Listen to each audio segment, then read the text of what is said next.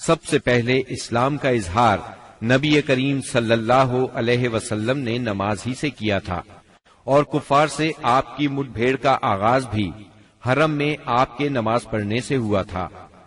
آیات یہ ہیں: ہرگز نہیں، انسان سرکشی کرتا ہے اس بنا پر کہ وہ اپنے آپ کو بے نیاز دیکھتا ہے، حالانکہ پلٹنا یقیناً تیرے رب ہی کی طرف ہے۔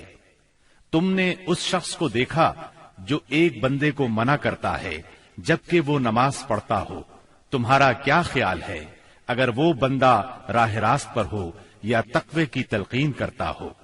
تمہارا کیا خیال ہے اگر یہ منع کرنے والا شخص حق کو جھٹلاتا اور منہ موڑتا ہو؟ کیا وہ نہیں جانتا کہ اللہ دیکھ رہا ہے؟ ہرگز نہیں، اگر وہ باز نہ آیا تو ہم اس کی پیشانی کے بال پکڑ کر کھینچیں گے، اس پیشانی کو جو جھوٹی اور خطا کار ہے۔ وہ بلا لے اپنے حامیوں کی ٹولی کو، ہم بھی عذاب کے فرشتوں کو بلا لیں گے۔ ہرگز نہیں، اس کی بات نہ مانو اور سجدہ کرو اور اپنے رب کا قرب حاصل کرو۔ آپ کے چچا ابو لہب کو آپ سے اس حد تک کدورت اور عداوت ہو گئی تھی کہ ہر جگہ آپ کے پیچھے پیچھے جاتا، اور جب بھی آپ کسی سے مخاطب ہوتے تو شور مچا دیتا، غلط ملت باتیں کر کے اس شخص کو بات سننے سے روک دیتا۔ دراصل نبی صلی اللہ علیہ وسلم کے بارے میں ابو لہب کا موقف شروع سے یہی تھا، جبکہ قریش نے اس وقت اس طرح کی بات سوچی بھی نہیں تھی۔ حج کے دنوں میں بھی ابو لہب نبی کریم صلی اللہ علیہ وسلم کو جھٹلانے کے لیے بازاروں اور اجتماعات میں آپ کے پیچھے لگا رہتا تھا۔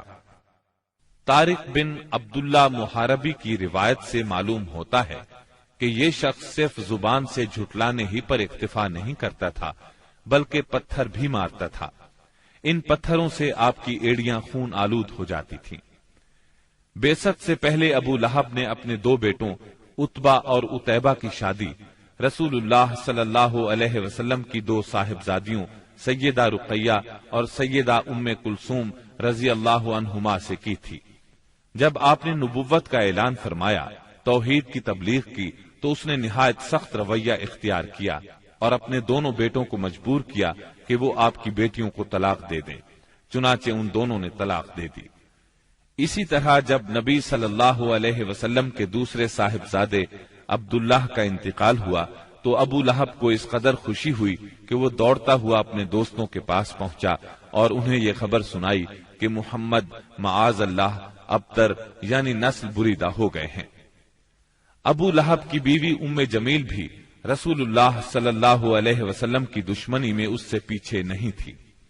اس کا نام اروا تھا، جو حرب بن امیہ کی بیٹی اور ابو سفیان کی بہن تھی۔ یہ آپ کے راستے میں رات کے وقت کانٹے بچھا دیا کرتی تھی، بہت بد زبان تھی، فساد برپا کرنے والی تھی۔ قرآن میں اسے حمالۃ الحطب یعنی لکڑی ڈھونے والی کا لقب دیا گیا ہے۔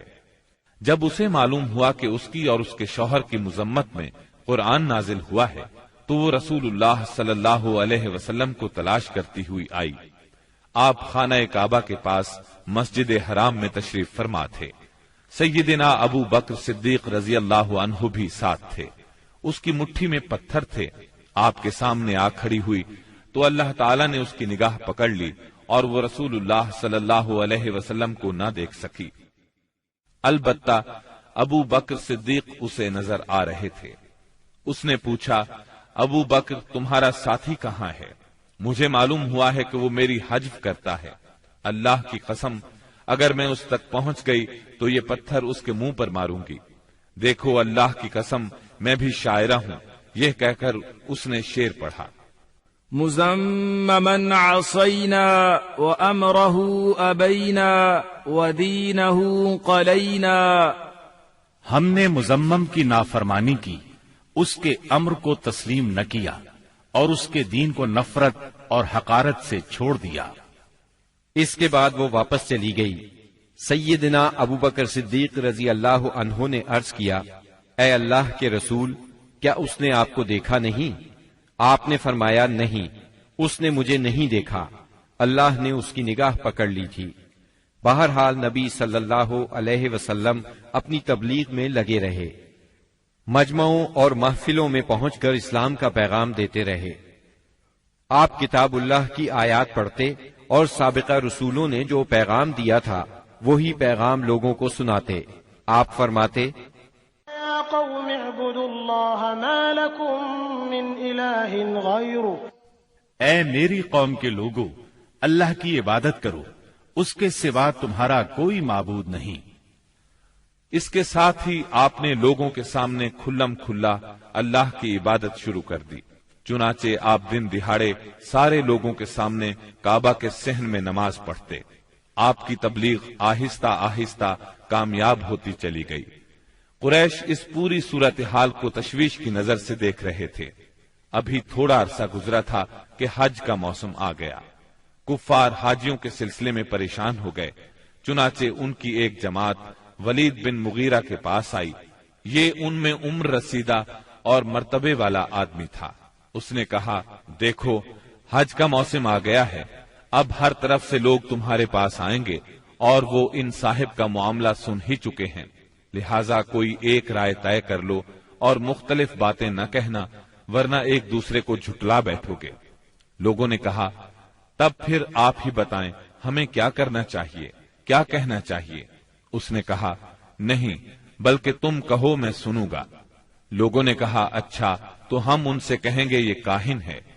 یہ سن کر ولید بن مغیرہ نے جواب دیا، وہ کاہن نہیں ہے، ہم نے کاہنوں کو دیکھا ہے، اس میں نہ ان جیسی گنگناہٹ ہے نہ تک بندی۔ تب ان لوگوں نے کہا، ہم کہیں گے وہ پاگل ہے۔ ولید بن مغیرہ نے جواب دیا، وہ پاگل بھی نہیں ہے، ہم لوگ پاگل پن کو بھی پہچانتے ہیں، اس میں نہ پاگلوں کسی گھٹن ہے، نہ الٹی سیدھی حرکتیں، نہ بہکی بہکی باتیں۔ لوگوں نے کہا، تب پھر ہم کہیں گے وہ شاعر ہے۔ ولید بن مغیرہ بولا، وہ شاعر بھی نہیں ہے، ہمیں شعر و شاعری کی تمام قسمیں معلوم ہے، وہ شاعر نہیں ہے۔ وہ بولے، اچھا تو ہم کہیں گے وہ جادوگر ہے۔ ولید بن مغیرہ نے کہا، وہ جادوگر بھی نہیں ہے، ہم نے جادو اور جادوگر سب دیکھے ہیں، اس میں ان جیسی جھاڑ پھونک ہے نہ گرہ بندی۔ انہوں نے کہا، تب پھر آخر ہم ان سے کیا کہیں، کیا بتائیں، یہ کون ہے، کیا ہے؟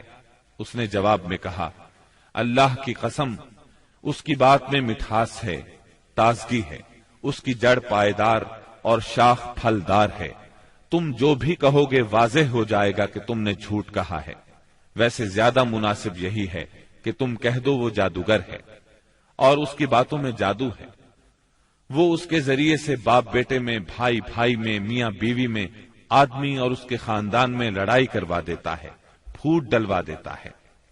چنانچہ یہ بات طے کر کے وہ لوگ وہاں سے اٹھے۔ اب انہوں نے حج کے لیے آنے والوں کی راہوں میں بیٹھنا شروع کیا۔ اب جو بھی ان کے پاس سے گزرتا اسے آپ کے بارے میں بتاتے، انہیں ڈراتے اور کہتے کہ تم لوگ اس شخص کے جال میں نہ آ جانا۔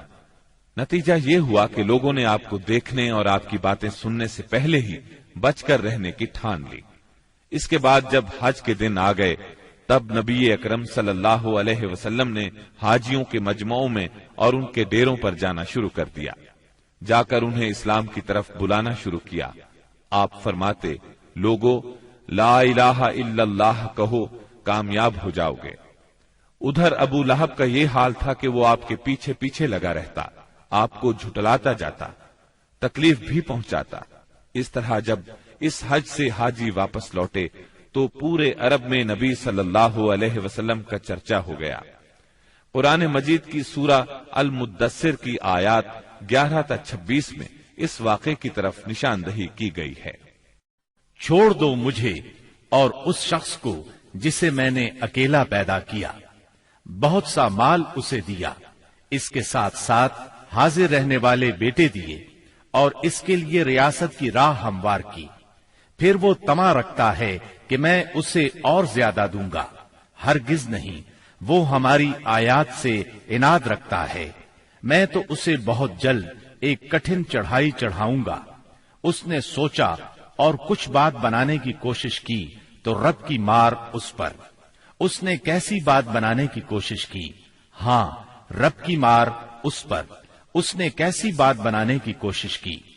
پھر لوگوں کی طرف دیکھا، پھر پیشانی سکیڑی اور منہ بنایا، پھر پلٹا اور تکبر میں پڑ گیا۔ آخر کار بولا کہ یہ کچھ نہیں ہے مگر ایک جادو جو پہلے سے چلا آ رہا ہے، یہ تو ایک انسانی کلام ہے، بہت جلد میں اسے دوزخ میں پھینک دوں گا۔ اسلام کی اشاعت بڑھ رہی تھی، لیکن اس کے ساتھ ساتھ قریش کا ظلم و ستم بھی شدید سے شدید تر ہوتا جا رہا تھا۔ پھر آپ ایک مخلص صحابی ارقم بن ابی ارقم رضی اللہ عنہ کے گھر میں تبلیغ کا کام کرنے لگے، یعنی وہ گھر آپ کی تبلیغ کا مرکز ٹھہرا۔ مسلمانوں کو اسلامی تحریک کے سب سے پہلے مرکز دار ارقم کا علم تھا، چنانچہ کوئی اجنبی شخص مسلمان ہونے کے لیے آتا تو اہل اسلام اسے بھی دار ارقم پہنچا دیا کرتے تھے۔ قریش کی سختیاں اور حالات جب ناقابل برداشت ہو گئے تو آپ نے اپنے اصحاب سے فرمایا، حبشہ کا بادشاہ اسہمہ نجاشی ایک انصاف پسند حکمران ہے اور اس کے ملک میں کسی پر ظلم نہیں ہوتا، لہذا تم حبشہ کی طرف ہجرت کر جاؤ۔ اس ہدایت کے مطابق رجب 5 نبوت میں صحابہ کرام کے پہلے قافلے نے ہجرت کی۔ اس میں 12 مرد اور 4 عورتیں تھیں اور ان کے امیر سیدنا عثمان بن عفان رضی اللہ عنہ تھے۔ ان کے ساتھ ان کی زوجہ محترمہ سیدہ رقیہ رضی اللہ عنہا تھی۔ یہ نبی اکرم صلی اللہ علیہ وسلم کی صاحبزادی تھی اور یہ سیدنا ابراہیم علیہ السلام اور سیدنا لوط علیہ السلام کے بعد پہلا گھرانہ تھا جس نے اللہ کے راستے میں ہجرت کی تھی۔ یہ لوگ رات کی تاریکی میں خاموشی سے نکلے اور جدہ کے جنوب میں واقع بحر احمر کی بندرگاہ شعیبہ کا رخ کیا۔ خوش قسمتی سے وہاں 2 تجارتی جہاز موجود تھے۔ یہ لوگ ان پر سوار ہو کر حبشہ پہنچ گئے۔ ادھر قریش کو ان کی روانگی کا علم ہوا تو مارے غیظ و غضب کے ان کا برا حال ہو گیا۔ فوراً آدمی دوڑائے گئے تاکہ ان حضرات کو پکڑا جا سکے اور خوب سزا دی جا سکے، یہاں تک کہ وہ اللہ کا دین چھوڑ دے۔ لیکن ان کے ساحل تک پہنچنے سے پہلے مسلمان سمندر میں دور جا چکے تھے، لہذا یہ لوگ ساحل سے نامراد واپس آ گئے۔ اس ہجرت کے کوئی 2 ماہ بعد رمضان 5 نبوت میں ایک روز رسول اللہ صلی اللہ علیہ وسلم مسجد حرام میں تشریف لائے۔ اس وقت وہاں قریش کے بہت سارے لوگ موجود تھے، ان میں ان کے سردار اور بڑے بڑے لوگ بھی تھے۔ آپ نے ان کے درمیان کھڑے ہو کر سورہ نجم کی تلاوت شروع کر دی۔ ایسا نفیس کلام انہوں نے پہلے کبھی نہیں سنا تھا۔ اب جو ان کے کانوں میں گونجا تو بے خود ہو گئے، دم بخود ہو کر سنتے رہ گئے، اس طرح خاموش اور ساکت ہو گئے کہ آپ کو روکنے کا ہوش بھی نہ رہ گیا۔ بلکہ سورت کے آخر میں جب ڈانٹ ڈپٹ والی آیات آئیں تو ان کے دل کانپ گئے، ہوش اڑ گئے، اور جو ہی آپ نے یہ حکم سنایا کہ فَاسْجُدُوا لِلَّهِ وَاعْبُدُوا، یعنی اللہ کے لیے سجدہ کرو اور اس کی عبادت کرو، تو سب کے سب سجدہ ریز ہو گئے۔ کسی کو اس حکم ربانی سے سرتابی کا یارہ نہ رہا۔ امام بخاری رحمت اللہ علیہ نے سیدنا عبداللہ بن مسعود رضی اللہ عنہ سے روایت کی ہے کہ نبی صلی اللہ علیہ وسلم نے سورہ نجم پڑھی، پھر سجدہ کیا تو قوم کا کوئی فرد نہ بچا جس نے سجدہ نہ کیا ہو۔ ایک آدمی نے ایک مٹھی کنکری یا مٹی کی لی اور اس کو اپنے چہرے کے اوپر تک لے گیا اور کہا، میرے لیے یہی کافی ہے۔ بعد میں نے دیکھا کہ وہ حالت کفر میں مارا گیا۔ یہ امیہ بن خلف تھا جو بدر کے دن مارا گیا۔ گویا اس وقت جتنے لوگ تھے ان میں سے بس ایک امیہ بن خلف ایسا تھا جس نے مکمل طور پر سجدہ نہیں کیا، البتہ ایک مٹھی میں کنکریاں لے کر اپنی پیشانی تک لے گیا۔ اس نے سجدہ کرنے والوں کا بس اس حد تک ساتھ دیا تھا۔ اس واقعے کی خبر حبشہ پہنچ گئی، یعنی تمام قریش کے سجدہ کرنے کی خبر۔ اس پر مسلمانوں نے سمجھا کہ وہ سب کے سب مسلمان ہو گئے ہیں۔ وہ سب خوشی خوشی ماہ شوال میں مکے کی طرف روانہ ہو گئے، لیکن جب مکے کے اس قدر قریب پہنچ گئے کہ ایک دن سے بھی کم وقت کی مسافت باقی رہ گئی، تب انہیں اصل بات کا پتہ چلا۔ اس پر کچھ لوگ تو وہیں سے واپس حبشہ چلے گئے اور کچھ چھپ چھپا کر یا کسی کی پناہ لے کر مکہ آ گئے۔ اس کے بعد مسلمانوں پر قریش کی سختیاں اور زیادہ بڑھ گئیں، کیونکہ ایک طرف تو انہوں نے بے خودی میں مسلمانوں کے ساتھ سجدہ کر دیا تھا، اس کا انہیں بہت پچھتاوا تھا، دوسری طرف مسلمانوں کے ساتھ نجاشی بہت اچھا سلوک کر رہا تھا، اس کی انہیں جلن اور کڑھن تھی۔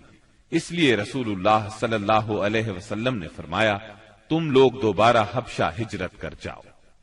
چنانچہ اس مرتبہ 82 یا 83 مرد اور 18 یا 19 عورتوں نے ہجرت کی، اور ظاہر ہے یہ ہجرت پہلی ہجرت کی نسبت زیادہ مشکل تھی، کیونکہ اب قریش چوکنے تھے، مسلمانوں کی نقل و حرکت پر ان کی نظر تھی۔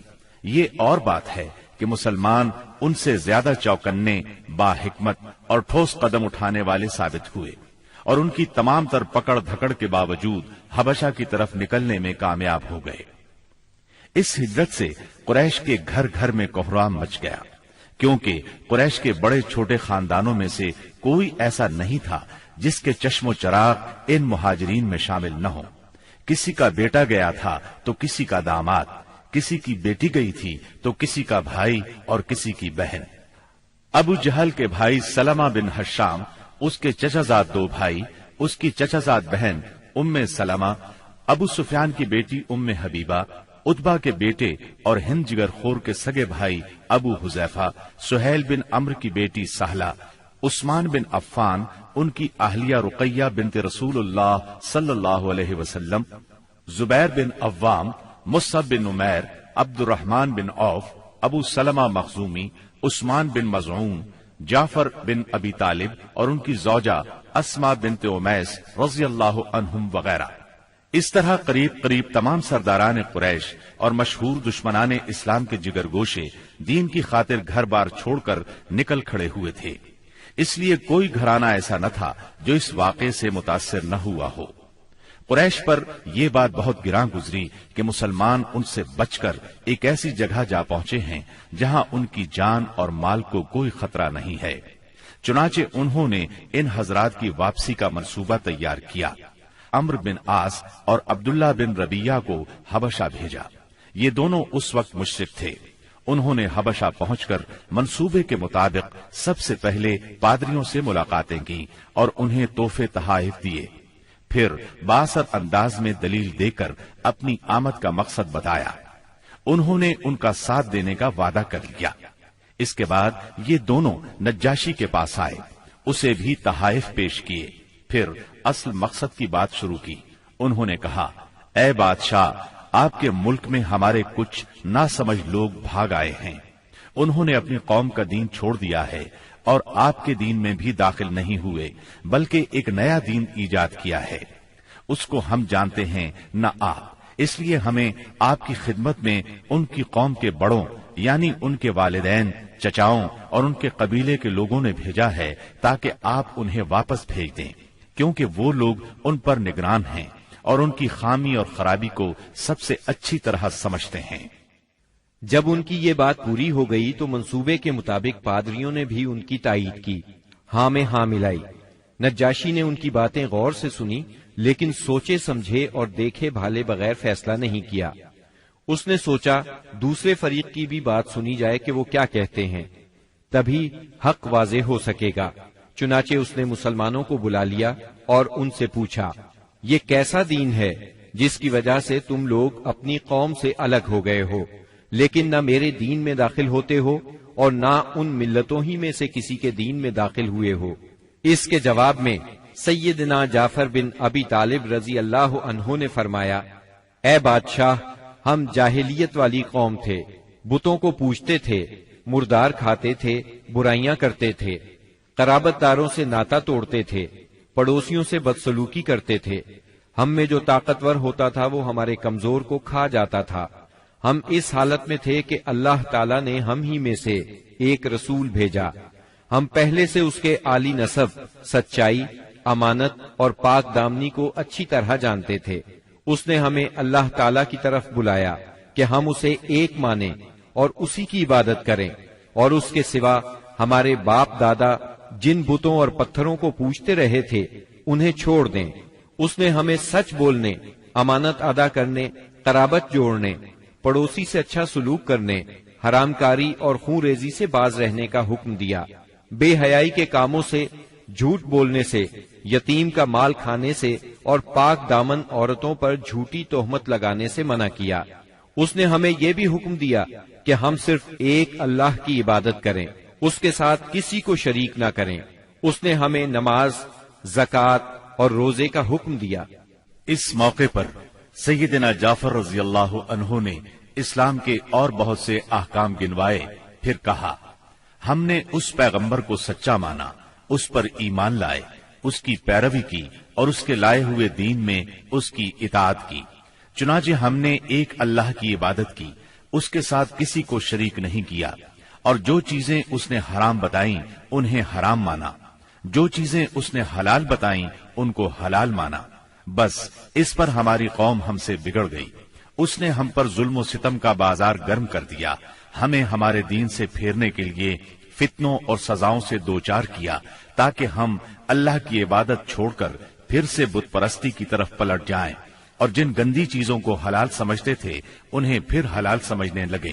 جب انہوں نے ہم پر بہت ظلم و تشدد کیا، زمین ہم پر تنگ کر دی، ہمارے اور ہمارے دین کے درمیان رکاوٹ بن گئے، تو ہم نے آپ کے ملک کی راہ لی اور آپ کو دوسروں پر ترجیح دی اور آپ کی پناہ میں رہنے کو پسند کیا، اور آپ سے اے بادشاہ یہ امید کی کہ آپ کے ہاں ہم پر ظلم نہیں کیا جائے گا۔ سیدنا جعفر رضی اللہ عنہ کی یہ تقریر سن کر نجاشی نے کہا، کچھ قرآن پڑھ کر سناؤ۔ اس پر سیدنا جعفر رضی اللہ عنہ نے سورہ مریم کی ابتدائی آیات تلاوت کی۔ نجاشی ان آیات کو سن کر اس قدر رویا کہ اس کی داڑھی تر ہو گئی، اور تمام پادری بھی اس قدر روئے کہ ان کے صحیفے تر ہو گئے۔ پھر نجاشی نے کہا، یہ کلام اور وہ کلام جو عیسیٰ علیہ السلام لے کر آئے تھے، دونوں ایک ہی طاق شمع سے نکلے ہوئے ہیں۔ اس کے بعد اس نے قریش کے دونوں نمائندوں سے مخاطب ہو کر کہا، تم لوگ چلے جاؤ، اللہ کی قسم میں انہیں تمہارے حوالے نہیں کر سکتا، اور نہ ان کے خلاف کوئی چال چلی جا سکتی ہے۔ دوسرے دن عمرو بن عاص نے ایک خطرناک ترین تدبیر اختیار کی۔ نجاشی سے جا کر کہا، اے بادشاہ، یہ لوگ عیسیٰ علیہ السلام کے بارے میں ایک بڑی بات کہتے ہیں۔ اس پر نجاشی نے پھر مسلمانوں کو بلوایا اور سیدنا عیسیٰ علیہ السلام کے بارے میں سوال کیا۔ سیدنا جعفر رضی اللہ عنہ نے فرمایا، ہم ان کے بارے میں وہی بات کہتے ہیں جو نبی صلی اللہ علیہ وسلم لے کر آئے ہیں، یعنی وہ اللہ کے بندے ہیں، اس کے رسول، اس کی روح اور اس کا وہ کلمہ ہے جسے اللہ نے کنواری پاک دامن مریم علیہ السلام کی طرف القاء کیا تھا۔ اس پر نجاشی نے زمین سے تنکا اٹھایا اور کہا، اللہ کی قسم، جو کچھ تم نے کہا ہے اس سے عیسیٰ علیہ السلام اس تنکے کے برابر بھی بڑھ کر نہیں تھے۔ چنانچہ تم لوگ میرے ملک میں امن اور چین سے رہو، جو تمہیں گالی دے گا اس پر تاوان لگایا جائے گا۔ مجھے سونے کا پہاڑ ملے تو بھی میں گوارا نہیں کروں گا کہ تم میں سے کسی کو ستایا جائے۔ اس کے بعد اس نے حکم دیا کہ قریش کے نمائندوں کو ان کے تحفے واپس کر دیے جائیں۔ چنانچہ یہ دونوں صاحبان منہ لٹکائے واپس مکہ لوٹ آئے، اور مسلمانوں نے وہاں اچھے دیار میں اچھے ہمسائے کے ساتھ قیام کیا۔ بہرحال مشرکین کی چال ناکام ہو گئی۔ یہ بات ان کی سمجھ میں آ گئی کہ وہ مسلمانوں سے عداوت اپنے دائرہ اختیار میں رہ کر ہی کر سکتے ہیں، لیکن پھر اس کے مقابلے میں انہوں نے ایک خوفناک بات سوچی۔ دراصل انہیں اچھی طرح احساس ہو گیا تھا کہ اس مسئلے سے نمٹنے کے لیے ان کے سامنے دو ہی راستے رہ گئے ہیں، یہ کہ رسول اللہ صلی اللہ علیہ وسلم کو طاقت کے ذریعے تبلیغ سے روک دیں، یا پھر آپ کے وجود ہی کا صفایا کر دیں۔ تاہم دوسری صورت ان کے لیے بہت مشکل تھی، اس لیے کہ ابو طالب آپ کے محافظ تھے اور وہ مشرکین کے عزائم کے سامنے آہنی دیوار تھے۔ اس لیے یہی مفید سمجھا گیا کہ ابو طالب سے دو باتیں کی جائیں۔ اس تجویز کے بعد سرداران قریش ابو طالب کے پاس گئے اور بولے، اے ابو طالب، آپ ہمارے درمیان بہت عزت اور شرف والے ہیں۔ ہم نے آپ سے گزارش کی کہ اپنے بھتیجے کو روکیے، لیکن آپ نے نہیں روکا۔ آپ یہ بات یاد رکھیں، ہمارے آباء و اجداد کو گالیاں دی جاتی ہیں، ہم برداشت نہیں کر سکتے۔ ہماری عقلوں کو اور سمجھ بوجھ کو حماقت کہا جائے، ہمارے خداؤں کی عیب جوئی کی جائے، یہ ہم ہرگز برداشت نہیں کر سکتے۔ آپ انہیں روک لیجئے، ورنہ پھر ہم آپ سے اور ان سے ایسی جنگ چھیڑ دیں گے کہ ایک فریق کا صفایا ہو کر رہے گا۔ ابو طالب پر اس زوردار دھمکی کا بہت زیادہ اثر ہوا۔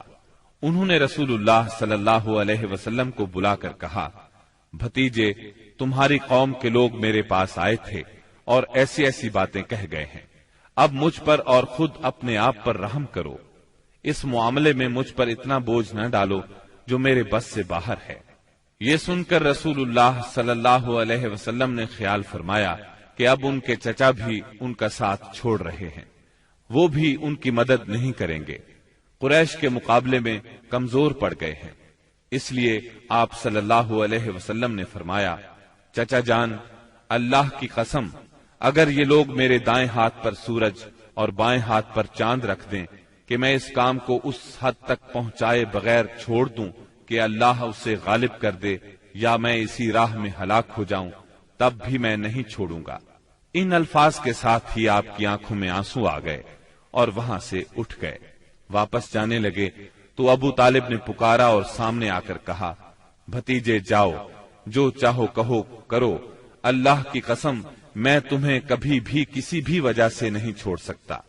پھر یہ اشعار کہے، والله لن يصلوا إليك بجمعهم حتى أوسد في التراب دفينا فاصدع بأمرك ما عليك غضاضة وأبشر وقر بذاك منك عيونا۔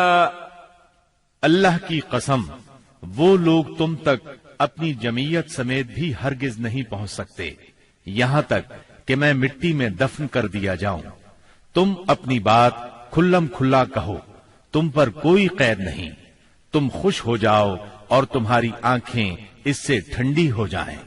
سابقہ دھمکی کے باوجود جب قریش نے دیکھا کہ رسول اللہ صلی اللہ علیہ وسلم اپنا کام کیے جا رہے ہیں تو وہ جان گئے کہ ابو طالب رسول اللہ صلی اللہ علیہ وسلم کو نہیں چھوڑ سکتے، بلکہ اس بارے میں قریش سے جدا ہونے اور ان سے دشمنی مول لینے تک کو تیار ہیں۔ تو وہ لوگ ولید بن مغیرہ کے لڑکے عمارہ کو ساتھ لے کر ابو طالب کے پاس پہنچے اور ان سے یوں عرض کیا، اے ابو طالب، یہ قریش کا سب سے بانکا اور خوبصورت جوان ہے، آپ اسے لے لیں، اس کی دیت اور نصرت کے آپ حقدار ہوں گے، آپ اسے اپنا لڑکا بنا لیں، یہ آپ کا ہوگا، آپ اپنے بھتیجے کو ہمارے حوالے کر دیں، اس بھتیجے کو جس نے آپ کے آبا و اجداد کے دین کی مخالفت کی ہے، آپ کی قوم کا شیرازہ منتشر کر رکھا ہے اور ان کی عقلوں کو حماقت سے دوچار بتلایا ہے، ہم اسے قتل کریں گے، بس یہ ایک آدمی کے بدلے میں ایک آدمی کا حساب ہے۔ ابو طالب نے اس پر ان سے کہا، اللہ کی قسم، کتنا برا سودا ہے جو تم مجھ سے کر رہے ہو، تم اپنا بیٹا مجھے دیتے ہو کہ میں اسے کھلاؤں پلاؤں اور پالوں پوسوں، جبکہ میرا بیٹا مجھ سے طلب کرتے ہو کہ اسے قتل کر دو، اللہ کی قسم یہ نہیں ہو سکتا۔ اس پر نوفل بن عبد مناف کا پوتا متم بن عدی بولا، اللہ کی قسم، اے ابو طالب، تم سے تمہاری قوم نے انصاف کی بات کہی ہے اور جو صورت تمہیں ناگوار ہے اس سے بچنے کی کوشش کی ہے، لیکن میں دیکھتا ہوں کہ تم ان کے سلسلے میں کسی بات کو قبول نہیں کرنا چاہتے۔ اس کی بات کے جواب میں ابو طالب نے کہا، اللہ کی قسم، تم لوگوں نے میرے ساتھ انصاف کی بات نہیں کی، بلکہ تم بھی میرا ساتھ چھوڑ کر میرے مخالف لوگوں کی مدد پر تلے بیٹھے ہو، اگر یہی بات ہے تو ٹھیک ہے، جو چاہو کرو۔ اس گفتگو کی ناکامی کے بعد قریش کا ظلم و ستم حد سے بڑھ گیا، تکالیف دینے کا سلسلہ پہلے سے کئی گنا زیادہ اور سخت تر ہو گیا۔ انہی دنوں قریش کے سرکشوں کے دماغوں میں نبی صلی اللہ علیہ وسلم کے خاتمے کی ایک تجویز ابھری، لیکن یہ تجویز بھی ان کے خلاف گئی۔ اس تجویز کی بنا پر مکے کے دو نامور اور سرفروش یعنی سیدنا حمزہ اور سیدنا عمر بن خطاب رضی اللہ عنہما اسلام لائے اور ان کے ذریعے سے اسلام کو خوب طاقت ملی۔ ظلم و ستم کے طویل ترین سلسلے کے صرف ایک دو نمونے آپ کو سنائے جاتے ہیں۔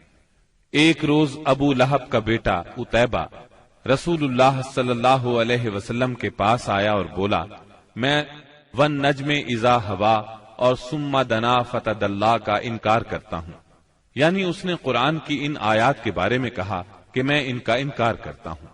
پھر آپ پر حملہ آور ہوا، آپ کا کرتا پھاڑ ڈالا، آپ کے چہرہ مبارک پر تھوکنے کی کوشش کی، لیکن اس کا تھوک آپ کے چہرہ مبارک تک نہ آ سکا۔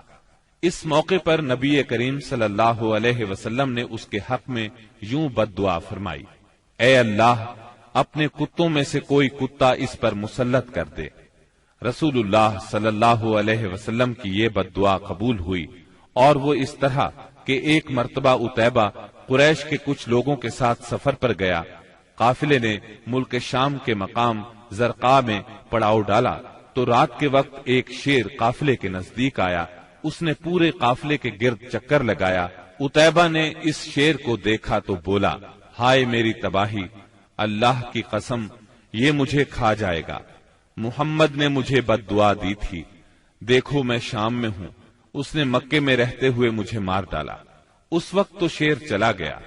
لوگوں نے عتیبہ کو دلاسا دیا کہ فکر کرنے کی کوئی بات نہیں۔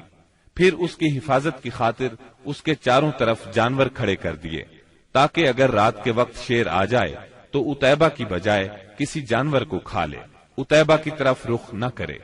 اس کے باوجود عتیبہ کی گویا جان نکلی جا رہی تھی۔ پھر رات ہو گئی، سب لوگ سو گئے، لیکن عتیبہ سے نیند کوسوں دور تھی، اور آخرکار شیر آ گیا۔ اس نے جانوروں کو کچھ نہ کہا، ایک چھلانگ لگا کر ان کے اوپر سے ہوتا ہوا عتیبہ پر جا پڑا اور اس کا سر چبا ڈالا۔ تکالیف پہنچانے والوں میں ایک شخص عقبہ بن ابی معیط تھا۔ اس نے ایک روز حالت سجدہ میں نبی صلی اللہ علیہ وسلم کی گردن اس زور سے دبائی کہ معلوم ہوتا تھا آپ کی آنکھیں باہر نکل آئیں گی۔ سیدنا امیر حمزہ رضی اللہ عنہ رشتے میں آپ کے چچا تھے، مگر عمر میں آپ سے 2-3 سال ہی بڑے تھے۔ آپ دونوں نے چونکہ سویبہ کا دودھ پیا تھا، اس لیے رضائی بھائی بھی تھے۔ سیدنا حمزہ رضی اللہ عنہ کو شکار کھیلنے اور سپاہ گری کا بہت شوق تھا۔ منہ اندھیرے تیر کمان لے کر شکار کے لیے نکل جاتے اور پورا دن اسی شوق میں گزار دیتے۔ شام کو واپس آتے تو پہلے حرم میں جاتے، طواف کرتے۔ قریش کے رئیس حرم میں اکثر اپنی الگ الگ مجلس جما کر بیٹھتے تھے۔ سیدنا حمزہ کی ان سب سے اچھی دوستی تھی، اس لیے سب لوگ ان کی بہت قدر کرتے تھے۔ ایک روز نبی اکرم صلی اللہ علیہ وسلم کوہ صفا پر بیٹھے تھے، اتنے میں ابو جہل آیا اور آپ کو دیکھتے ہی آگ بگولا ہو گیا۔ آپ کو گالیاں دینے لگا، آپ خاموش رہے۔ اس خاموشی سے اس کا پارا اور چڑھ گیا۔ اس نے ایک پتھر اٹھایا اور آپ کے سر پر دے مارا۔ آپ کا سر زخمی ہو گیا، خون بہنے لگا۔ شام کو سیدنا حمزہ رضی اللہ عنہ شکار سے لوٹے تو عبداللہ بن جدعان کی لونڈی نے بتایا کہ آج آپ کے بھتیجے محمد کو ابو جہل نے سخت تکلیف پہنچائی ہے، آپ زخمی ہو گئے ہیں۔ سیدنا حمزہ رضی اللہ عنہ نے یہ سنا تو غصے سے بھڑک اٹھے۔ آخر آپ ان کے قریبی عزیز تھے۔ سیدھے ابو جہل کے پاس گئے اور بولے: تو میرے بھتیجے کو گالی دیتا ہے، حالانکہ میں اسی کے دین پر ہوں۔ اس کے بعد کمان سے اس زور سے مار ماری کہ ابو جہل اس کمان سے زخمی ہو گیا۔ اب سیدنا حمزہ رضی اللہ عنہ آپ صلی اللہ علیہ وسلم کے پاس پہنچے اور بولے: بھتیجے، تمہیں یہ سن کر خوشی ہوگی کہ میں نے ابو جہل سے تمہارا بدلہ لے لیا ہے۔ اس پر نبی اکرم صلی اللہ علیہ وسلم نے فرمایا: چچا، میں ایسی باتوں سے خوش نہیں ہوا کرتا۔ اگر آپ میری خوشی چاہتے ہیں تو اس کا آسان اور سیدھا سادہ طریقہ یہ ہے کہ آپ مسلمان ہو جائیں۔ سیدنا امیر حمزہ رضی اللہ عنہ کے دل پر اس جملے کا اتنا اثر ہوا کہ انہوں نے اسی وقت کلمہ پڑھا اور اسلام قبول کر لیا۔ سیدنا حمزہ رضی اللہ عنہ کے ایمان لانے کے 3 دن بعد سیدنا عمر بن خطاب بھی اسلام لے آئے۔ وہ قریش مکہ کے بہت بڑے ستون اور مددگار تھے۔ قریش کی طرف سے بیرونی ممالک سے سفارتی تعلقات رکھنا انہی کی ذمہ داری تھی۔ اسلام قبول کرنے سے پہلے آپ مسلمانوں کے سخت خلاف تھے، بہت سخت گیر تھے، طبیعت میں غصہ بہت تھا۔ ایک رات رسول اللہ صلی اللہ علیہ وسلم خانہ کعبہ کے پاس نماز پڑھ رہے تھے۔ سیدنا عمر رضی اللہ عنہ نے چھپ کر چند آیات سن لی۔ ان کے دل میں آیا کہ یہ حق ہے، لیکن پھر بھی اپنے خیالات پر جمے رہے، یہاں تک کہ ایک روز نبی صلی اللہ علیہ وسلم کا کام تمام کرنے کی نیت سے تلوار لے کر نکل کھڑے ہوئے۔ راستے میں ان کی ملاقات سیدنا نعیم بن عبداللہ سے ہوئی۔ یہ نئے نئے مسلمان ہوئے تھے، اس لیے ابھی ان کے اسلام لانے کی خبر سیدنا عمر رضی اللہ عنہ کو نہیں ہوئی تھی۔ ان کے ہاتھ میں ننگی تلوار اور چہرے پر شدید غصے کے آثار دیکھ کر انہوں نے پوچھا، خیر تو ہے عمر، دوپہر کے وقت ننگی تلوار لیے کدھر کا ارادہ ہے؟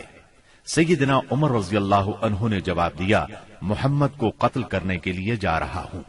یہ سن کر نعیم بولے، محمد کو قتل کرنے سے پہلے اپنے گھر کی خبر لو۔ تمہاری بہن فاطمہ اور تمہارے بہنوئی سعید تمہارا دین چھوڑ کر اسلام قبول کر چکے ہیں۔ سیدنا عمر یہ سن کر آگ بگولا ہو گئے، سیدھے بہن کے گھر پہنچے۔ اس وقت گھر میں قرآن کے ایک معلم سیدنا خباب بن ارت رضی اللہ عنہ انہیں قرآن پڑھا رہے تھے۔ دروازے پر دستک کی آواز سن کر ان کی بہن فاطمہ بنت خطاب نے قرآن کے اوراق چھپا دیے۔ خباب بن ارت بھی ایک طرف چھپ گئے۔ اب بہنوئی نے دروازہ کھولا۔ دروازہ کھلتے ہی سیدنا عمر رضی اللہ عنہ نے پوچھا، تم کیا پڑھ رہے تھے، مجھے دکھاؤ۔ ساتھ ہی سعید بن زید کو مارنے لگے۔ بہن نے اپنے خاوند کو چھڑانے کی کوشش کی تو ان پر بھی ٹوٹ پڑے، وہ بھی زخمی ہو گئیں، ان کے منہ سے خون بہنے لگا۔ جوش میں آ کر بولی، جو جی میں آئے کر لو عمر، ہم مسلمان ہو چکے ہیں۔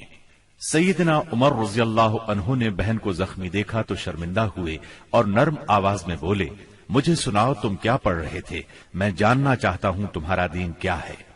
فاطمہ بنت خطاب رضی اللہ عنہا نے جوش کے عالم میں چند جملے کہے، پھر فرمایا، جاؤ پہلے غسل کرو، پھر دکھائیں گے ہم کیا پڑھ رہے تھے۔ غسل کے بعد انہیں قرآنی اوراق دکھائے گئے۔ انہیں نرم پڑھتے دیکھ کر سیدنا خباب بن ارت بھی کونے سے نکل کر سامنے آ گئے۔ قرآن کے اوراق پر سورہ طٰہٰ کی چند آیات تھیں۔ سیدنا عمر رضی اللہ عنہ نے ان کو پڑھا تو کایا پلٹ گئی اور بولے، یہ تو بہت عمدہ چیز ہے، بتاؤ مسلمان کس طرح ہوتے ہیں۔ سیدنا خباب بن ارت نے کہا، اے عمر، جمعرات کی رات رسول اللہ صلی اللہ علیہ وسلم نے اللہ تعالی سے دعا کی تھی کہ اے اللہ، ابو جہل یا عمر بن خطاب سے اسلام کو تقویت دے۔ تمہیں خوشخبری ہو کہ یہ سعادت تمہارے حصے میں آ رہی ہے۔ رسول اللہ صلی اللہ علیہ وسلم دار ارقم میں ہیں۔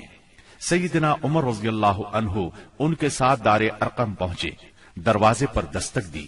دروازہ کھلنے پر اندر موجود لوگ سیدنا عمر رضی اللہ عنہ کو دیکھ کر چونک اٹھے۔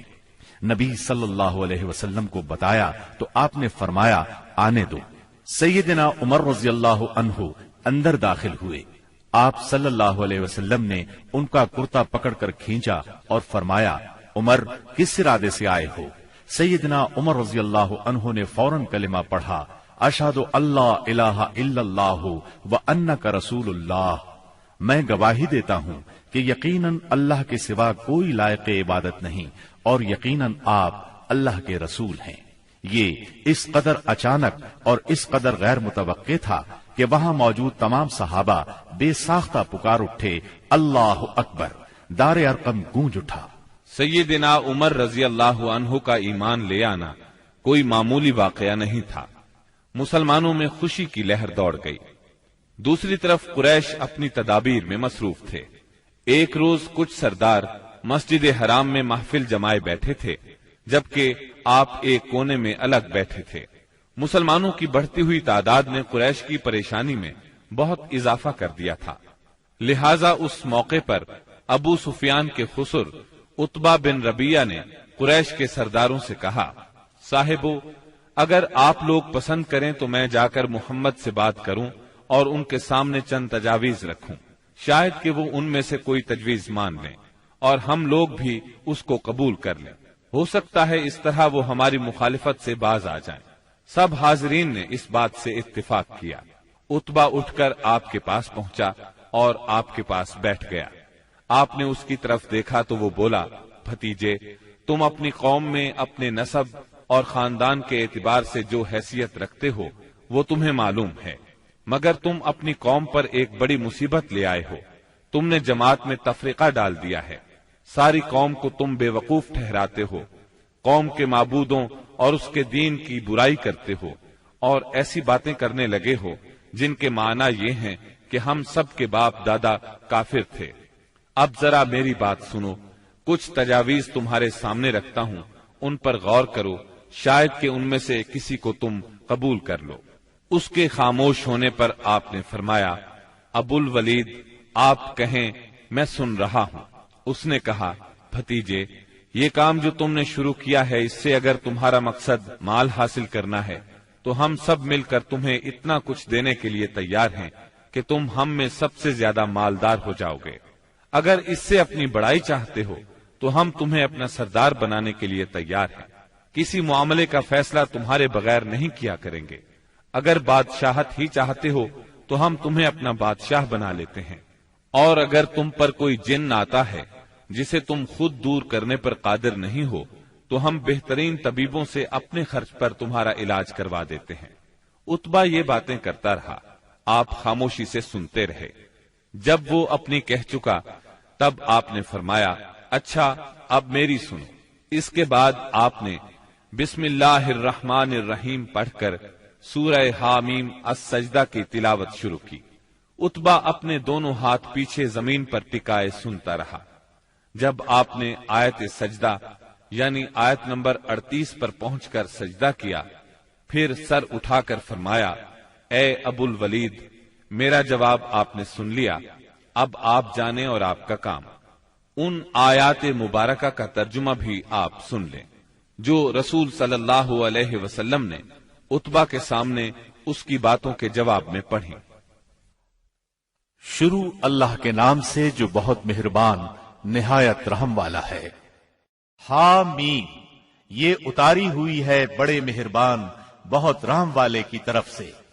ایسی کتاب ہے جس کی آیتوں کی واضح تفصیل کی گئی ہے، اس حال میں کہ قرآن عربی زبان میں ہے، اس قوم کے لیے جو جانتی ہے۔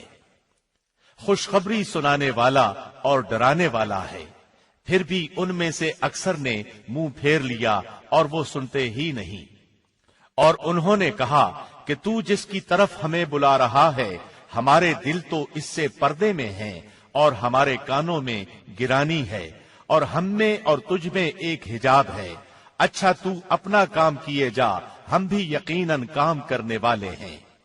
آپ کہہ دیجئے کہ میں تو تم ہی جیسا انسان ہوں، مجھ پر وحی نازل کی جاتی ہے کہ تم سب کا معبود ایک اللہ ہی ہے، سو تم اس کی طرف متوجہ ہو جاؤ اور اس سے گناہوں کی معافی چاہو، اور ان مشرکوں کے لیے بڑی ہی خرابی ہے جو زکوٰۃ نہیں دیتے اور آخرت کے بھی منکر ہی رہتے ہیں۔ بے شک جو لوگ ایمان لائیں اور بھلے کام کریں ان کے لیے نہ ختم ہونے والا اجر ہے۔ آپ کہہ دیجئے کہ کیا تم اس اللہ کا انکار کرتے ہو اور تم اس کے شریک مقرر کرتے ہو جس نے 2 دن میں زمین پیدا کر دی۔ سارے جہانوں کا پروردگار وہی ہے، اور اس نے زمین میں اس کے اوپر سے پہاڑ گاڑ دیے اور اس میں برکت رکھ دی، اور رہنے والوں کی غذاؤں کی تجویز بھی اسی میں کر دی، صرف 4 دن میں، ضرورت مندوں کے لیے یکساں طور پر۔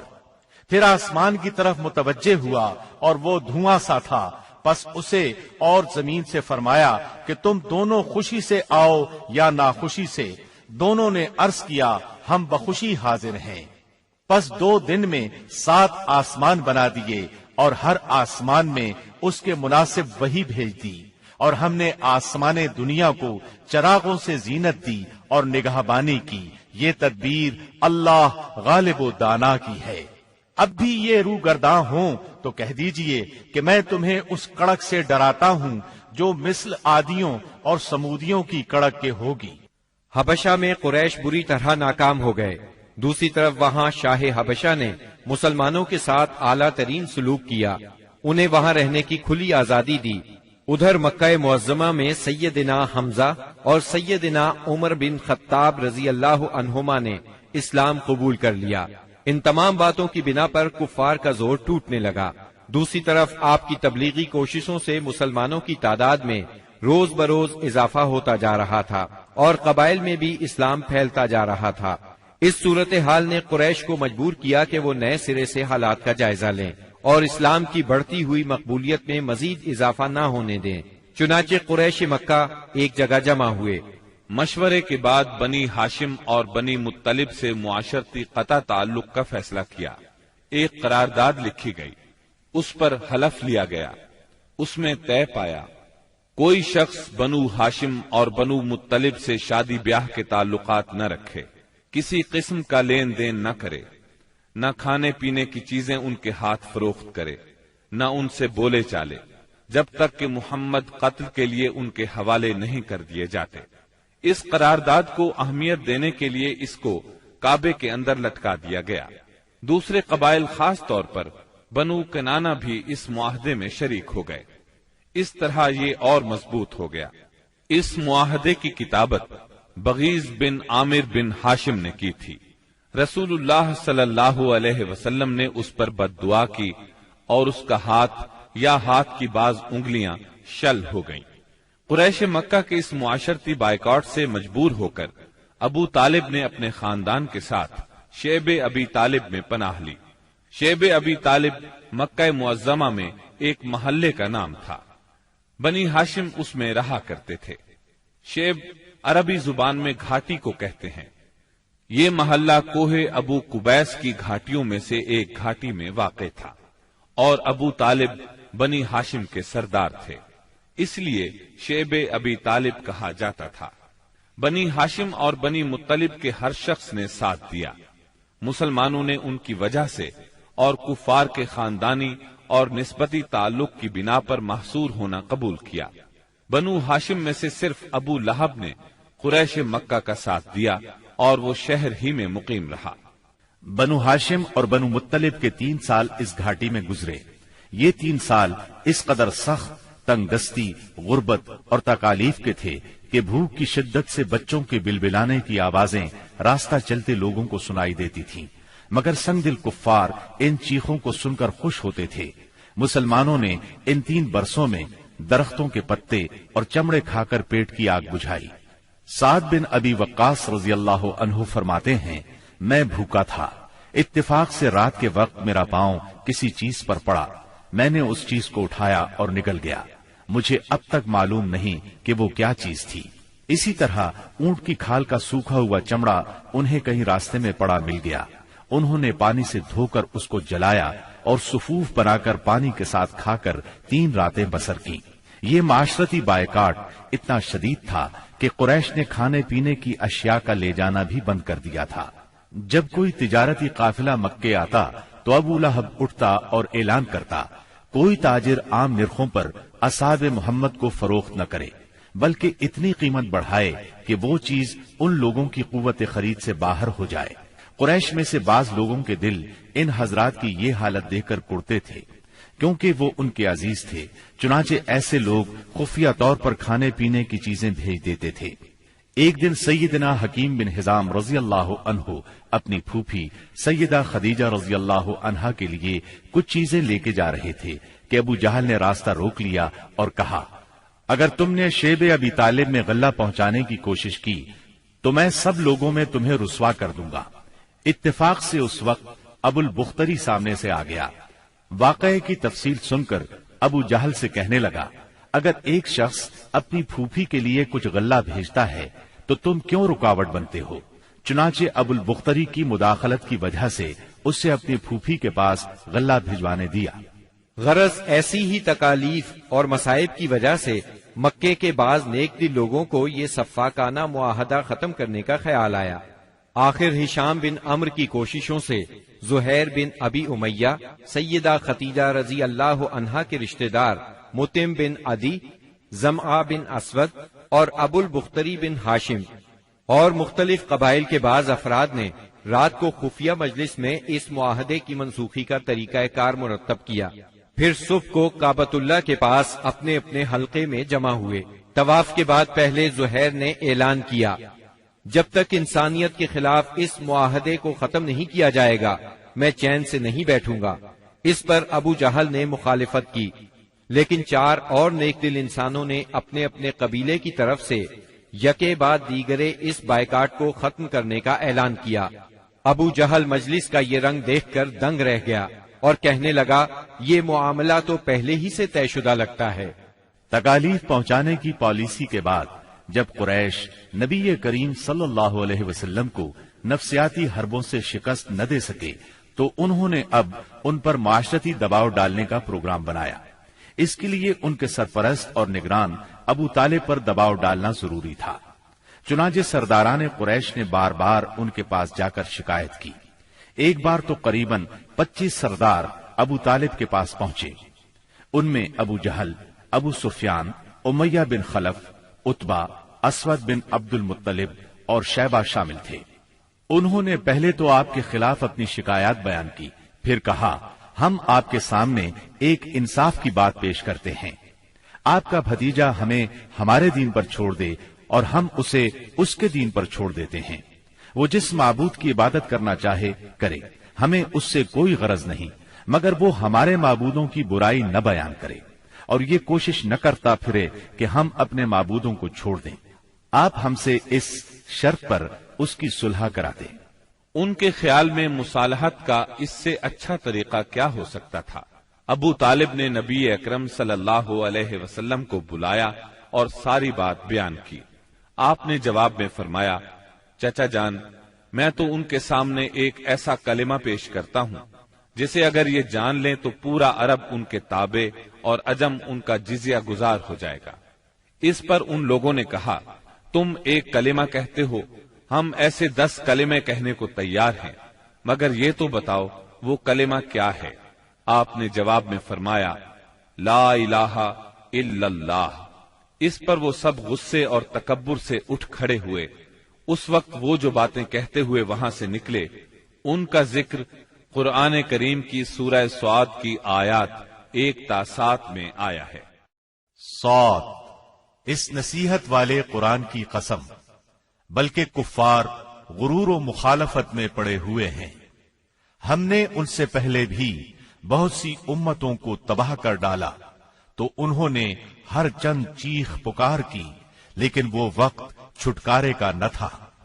اور کافروں کو اس بات پر تعجب ہوا کہ انہی میں سے ایک انہیں ڈرانے والا آ گیا اور کہنے لگے کہ یہ تو جادوگر اور جھوٹا ہے۔ کیا اس نے اتنے سارے معبودوں کا ایک ہی معبود کر دیا؟ واقعی یہ بہت ہی عجیب بات ہے۔ ان کے سردار یہ کہتے ہوئے چلے کہ چلو جی اور اپنے معبودوں پر جمے رہو، یقیناً اس بات میں کوئی غرض ہے۔ ہم نے تو یہ بات پچھلے دین میں بھی نہیں سنی، کچھ نہیں، یہ تو صرف من گھڑت ہے۔ نبی اکرم صلی اللہ علیہ وسلم اور آپ کے صحابہ کرام رضی اللہ عنہم کو اس مصیبت سے نجات تو مل گئی، لیکن قریش کے 3 سالہ بائیکاٹ نے بہت سے حضرات کی صحت برباد کر دی تھی۔ آپ شہر میں تشریف لائے ہی تھے کہ آپ کے چچا ابو طالب بیمار پڑ گئے اور چند روز بعد ہی وفات پا گئے۔ صحیح بخاری میں مسیب رحمت اللہ علیہ سے مروی ہے کہ جب ابو طالب کی وفات کا وقت آیا تو نبی کریم صلی اللہ علیہ وسلم ان کے پاس تشریف لے گئے۔ اتفاق سے اس وقت ابو جہل اور عبداللہ بن ابی امیہ بھی ابو طالب کی عیادت کے لیے موجود تھے۔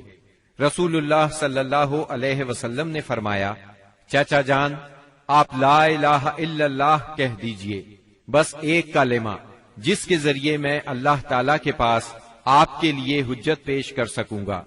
اسی وقت ابو جہل اور عبداللہ بن ابی امیہ نے دخل اندازی کی، بولے، ابو طالب، کیا تم اپنے باپ عبد المطلب کے دین سے پھر جاؤ گے؟ یہ سن کر ابو طالب ذرا دیر کے لیے رکے، پھر بولے، میں عبد المطلب کے دین پر مرتا ہوں۔ اس کے بعد ابو طالب نے آپ کی طرف دیکھا اور کہا، میں کلمہ شہادت کہہ دیتا، لیکن قریش کہیں گے کہ ابو طالب موت سے ڈر گیا۔ یہ سن کر آپ نے فرمایا، میں آپ کے لیے مغفرت کی دعا کرتا رہوں گا جب تک اللہ مجھے ایسا کرنے سے منع نہ کر دے۔ اس پر سورہ توبہ کی آیت 113 نازل ہوئی۔ نبی اور اہل ایمان کے لیے درست نہیں کہ مشرکین کے لیے دعائے مغفرت کریں، اگرچہ وہ قرابت دار ہی کیوں نہ ہو، جبکہ ان پر واضح ہو چکا ہے کہ وہ جہنمی ہیں۔ جناب ابو طالب کی وفات کے چند روز بعد سیدہ خدیجہ رضی اللہ عنہا نے انتقال فرمایا۔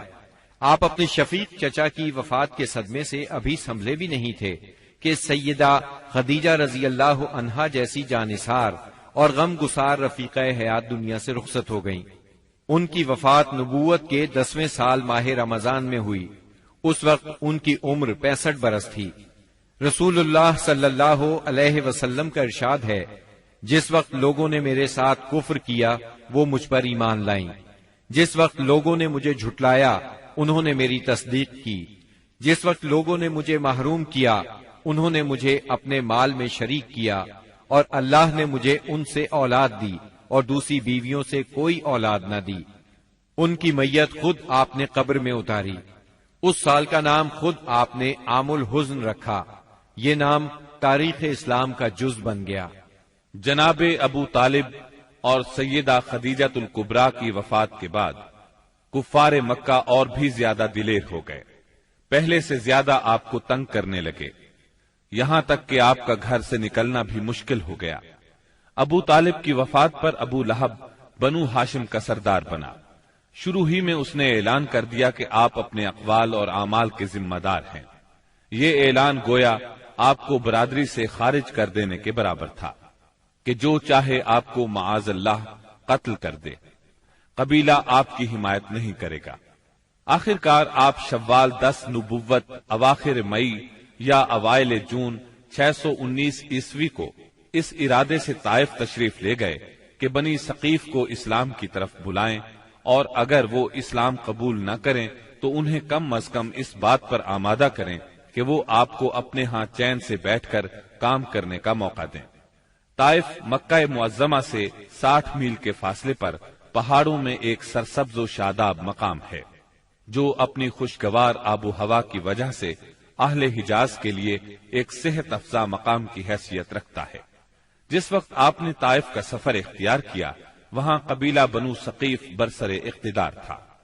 آپ کو اس وقت کوئی سواری تک میسر نہیں تھی۔ مکہ معظمہ سے طائف تک کا سفر آپ نے پیدل طے کیا۔ آپ کے ساتھ صرف زید بن حارثہ رضی اللہ عنہ تھے۔ راستے میں جس قبیلے سے گزر ہوتا اسے اسلام کی دعوت دیتے، لیکن کسی نے بھی دعوت قبول نہ کی۔ وہاں پہنچ کر آپ نے 10 دن قیام فرمایا۔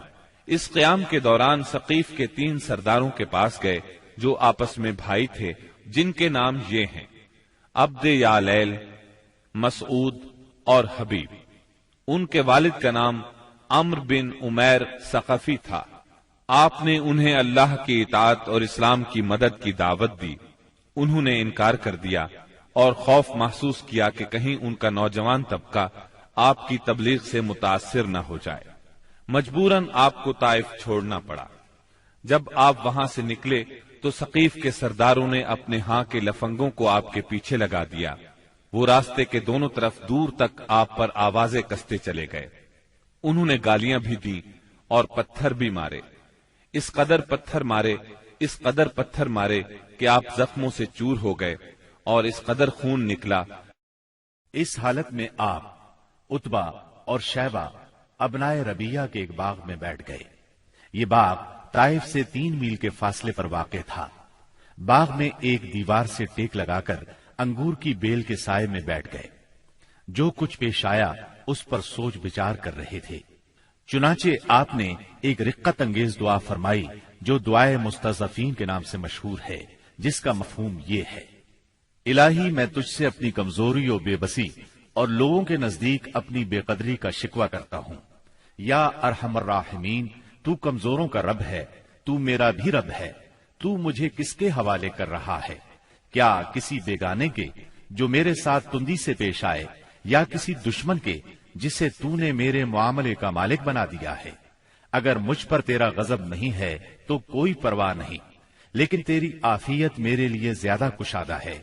میں تیرے چہرے کے اس نور کی پناہ چاہتا ہوں جس سے تاریکیاں روشن ہو گئیں اور جس سے دنیا اور آخرت کے معاملات درست ہوئے، کہ تو مجھ پر اپنا غضب نازل کرے یا تیرا عتاب مجھ پر وارد ہو۔ مجھے تیری رضا مطلوب ہے، یہاں تک کہ تو خوش ہو جائے، اور تیرے بغیر کوئی زور اور طاقت نہیں۔ واپسی پر آپ بہت دل شکستہ تھے، غمگین تھے۔ جب آپ کرن المنازل کے قریب پہنچے تو محسوس ہوا آسمان پر ایک بادل سا چھایا ہوا ہے۔ نظر اٹھائی تو جبرائیل علیہ السلام سامنے تھے۔ انہوں نے کہا، آپ کی قوم نے جو جواب آپ کو دیا اللہ نے اس کو سن لیا ہے۔ اب یہ پہاڑوں کا منتظم فرشتہ اللہ نے بھیجا ہے، جو آپ حکم دینا چاہیں دے سکتے ہیں۔ پھر پہاڑوں کے فرشتے نے آپ کو سلام کر کے عرض کیا، آپ فرمائیں تو دونوں طرف کے پہاڑ ان لوگوں پر الٹ دوں۔ آپ نے فرمایا، نہیں، بلکہ مجھے امید ہے کہ اللہ تعالیٰ ان کی نسل سے ایسے لوگ پیدا کرے گا جو صرف ایک اللہ کی عبادت کریں گے اور اس کے ساتھ کسی کو شریک نہیں ٹھہرائیں گے۔